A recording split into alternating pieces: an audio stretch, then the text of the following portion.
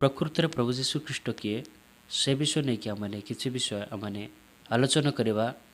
प्रभु 2000 वर्ष पूर्वर आसते प्रभु जीशुख्रीष्ट से ही जीशुख्रीष्ट किए से विषय नहीं कि आम कि देखा आ परमेश्वर का वाक्य धर्मशास्त्र आमको कौन प्रकाश करे से विषय नहीं कि आम देखा। प्रभु जीशुख्रीष्ट किए से विषय नहीं कि आम जानिबा। आसंतु प्रभु को वाक्य मधुम को जीवा ताहले जानी परबा।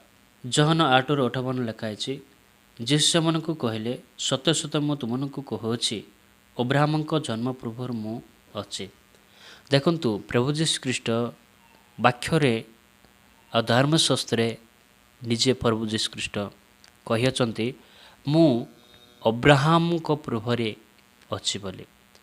देखंतु प्रभु जीशु ख्रीष्ट अब्राहम पूर्वरे परमेश्वर प्रभु जीशु ख्रीष्ट अछि से हेउछि सत्य ईश्वर। प्रभु जीशु ख्रीष्ट होछि सत्य ईश्वर।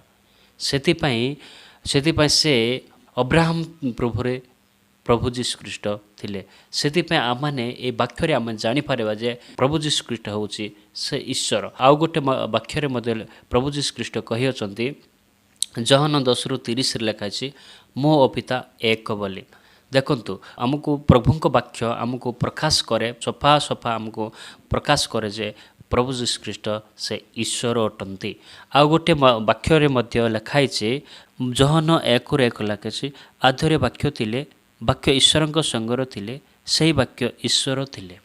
देखंतु परमेश्वर वाक्य लिखाई आधरे वाक्य थिले आ वाक्य ईश्वर संगर थिले सही वाक्य ईश्वर थिले बोली प्रभुଙ୍କ वाक्य लिखाई। देखंतु आउ सही वाक्य कौन है देहवंत है जगत को आसते माने शरीर रूप नहीं कि से वाक्य आसते से वाक्य सही वाक्य शरीर रूप नहीं कि आसते आउ से होची प्रभु जीशु ख्रीष्ट। ए वाक्य शुणिबा ए वाक्य को आम पाठ करिकी ए वाक्य को शुणी आम माने संपूर्ण भाव में आम जानी पारिबा। जहन 1:14 लिखाई आउ सही वाक्य देहवंत हेले पुणी अनुग्रह और सत्य परिपूर्ण हो आमनक मध्य बास कले आउ पितांक ठारू आगत अद्वितीय पुत्रंक महिमा सदृश आमने ताहांक महिमा देखिलु। देखंतु ए वाक्य मध्य लिखाई कौन सही वाक्य देहधार है अनुग्रह सत्यतार पूर्ण होकि ए जगत को आसीतिले बा आसिले देहदारी होकि ये जगत को आसी बास कले आम मनुष्यंक मझिरे मनुष्यंक सहित बास कले। किए मनुष्यंक सहित बास करुतिले केवल प्रभु जीशु ख्रीष्ट ही जगत को आसिकी मनुष्य मानक सहित भजन कले मनुष्य मानक सहित चलिले मनुष्य मानक सहित सहिले मनुष्य मानक सहित खाइले मनुष्य मानक सहित बुलिले मनुष्य मानक सहित रहिले से ही जीशु ख्रीष्ट होचे सत्य ईश्वर। से आमने वाक्य को आमने फल करवा आ वाक्य को आमने विश्वास रूप आमने जदि विश्वास सहित आमने बुझिबा ताहले प्रभु जीशु ख्रीष्ट किए आम मैंने जानीपर से हूँ किए नुहति से सत्य ईश्वर। से 100 भाग ईश्वर है 100 भाग मनुष्य ही जगत को आसते।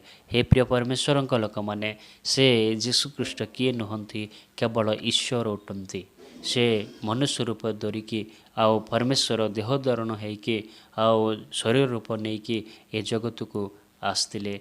आउ से किए नुहति केवल प्रभु जीशु ख्रीष्ट ही ईश्वर उठती से किए नुहति से ईश्वर उठती। हे प्रिय परमेश्वर लोक मैंने से हूँ सत्य ईश्वर। से जो मैंने कि जीशु ख्रीष्ट को सेवा करती से मैंने सत्य आत्मारे आ पवित्रतार सेवा करतु कहीं परमेश्वर हूँ ईश्वर से स्वयं परमेश्वर। से आम मैंने ताहांकु बैठापाई ताहांकु सेवा करने ताहांकुर सहित रही हेले सत्य आत्मारे आम मैंने विश्वास सहित ताहांकु सेवा करवा तो प्रभु दया करेंगे। हे प्रिय परमेश्वर लोक मैंने प्रभु जीशु ख्रीष्ट किए नुहति से ईश्वर उठती से प्रभु सहित आमने विश्वास सहित चलवा प्रभु सहित आमने विश्वास सहित रहा ताहले प्रभु दया करेंगे। प्रभु ए वाक्य दे आशीर्वाद करंतु समस्त प्रेज लॉर्ड।